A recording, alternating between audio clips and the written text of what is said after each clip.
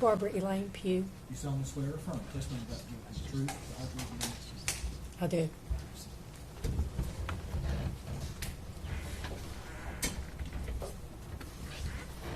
Good afternoon. Hello. Dr. Pugh, if you would scoot up real close to that microphone there so we can pick you up. Okay. There you go. That's better. All right.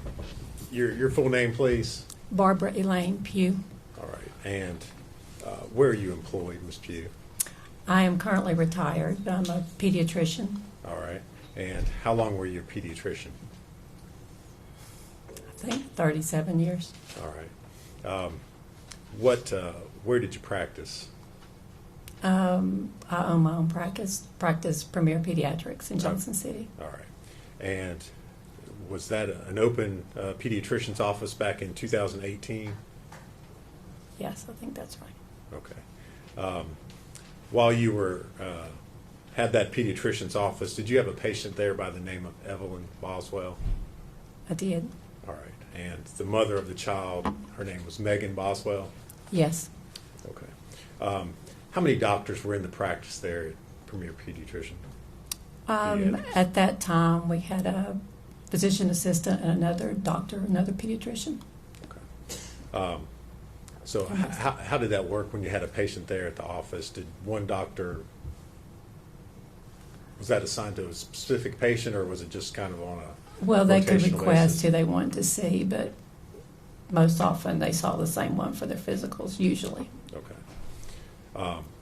And did you see Evelyn shortly after she was born there in your office? My partner at the time, Dr. Trozen, saw her for the very first time at 8 days of age.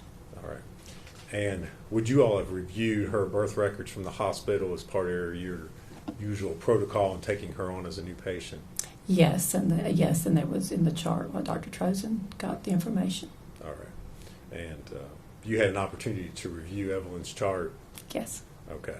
Did you note any concerns as far as her birth, pregnancy, anything like that prior to her coming on as a patient there at your office? Well, the mother was a teen mother, and in pediatrics we consider that of concern. So she was 17 at the time. The baby had group B strep. Mama was group B strep positive, so the baby got some antibiotics for a couple of days, but she went home at 2 days. She was small for gestational age, like 5 pounds and 6 ounces, I think it was. So she was small, but other than that, she was doing well. All right.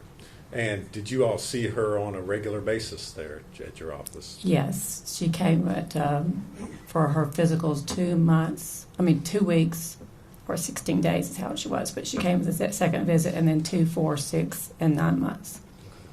And again, you said you had an opportunity to review her records. Anything stand out to you as far as health concerns during that first year?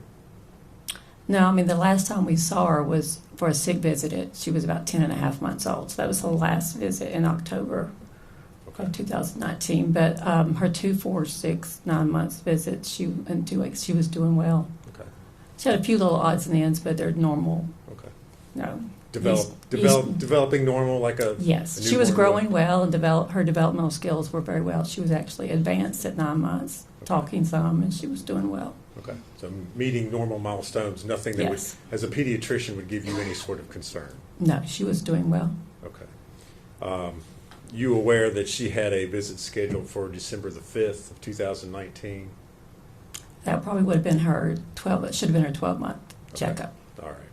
And you learned that she failed to make that visit. Is that correct? Yes, I think she had more than one. I think it may have been rescheduled, but I'm not sure. But she did have, because the front office takes care of that, but she did not come anymore after 10 and a half months. All right. And obviously, as a pediatrician, it's important for you to see a child regularly during the early parts of her life, correct? Yes. Okay. We have Okay. So did that concern you when she did not show back up for her year visit? well, yes, but in pediatrics, it's, sometimes people move, they change, so you don't always know as the doctor. You may not know why they don't show up, but all you can do is call and try to find out and follow up. Okay. All right. So you said the last time you saw Evelyn was in October of 2019. Well, actually, Dr. Trozen saw her that day for a sick visit. So the last time your office saw her. Yes. Okay. All Does your office maintain medical records as a normal course of treating patients Yes. there? When I sold my practice to when the charge are maintained with Dr. Justin Jones with Ballot Health. Okay, He's a pediatrician. all right. Okay. Dr. Pugh, I'm going to hand you some records and ask you to take a look at them, see if you can identify them.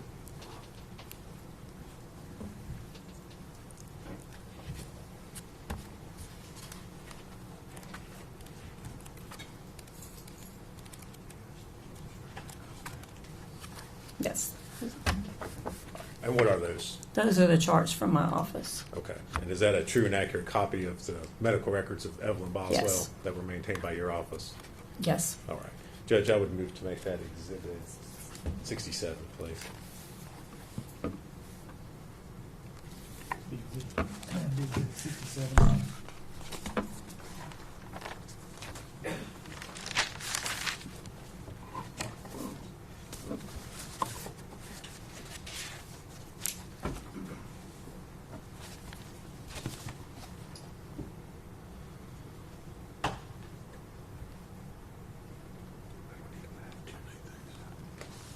Thank you, Dr. Pugh. If you would answer any questions, I believe Mr. Horn might have for you.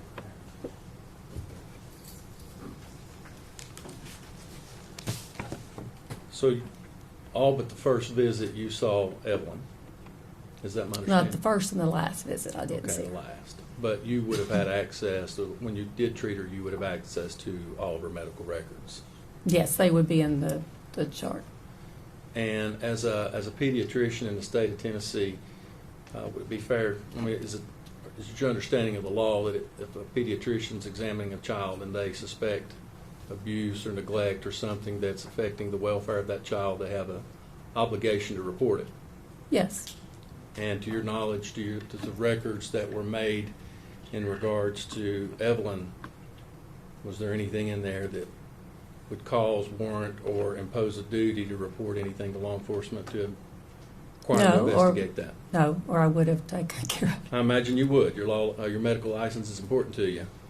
So, fair statement to say that Evelyn was progressing the way she Yes. should progress, and that Megan was fulfilling, up until the point you last seen her, her maternal responsibilities as far as it relates to the child. Or, yes. That's all the questions I have, Judge. Reiterate. No, you're right. Is she free to go? She is. Dr. Pugh, thank you for your testimony. Thank You're you. released from your subpoena and you're free to go.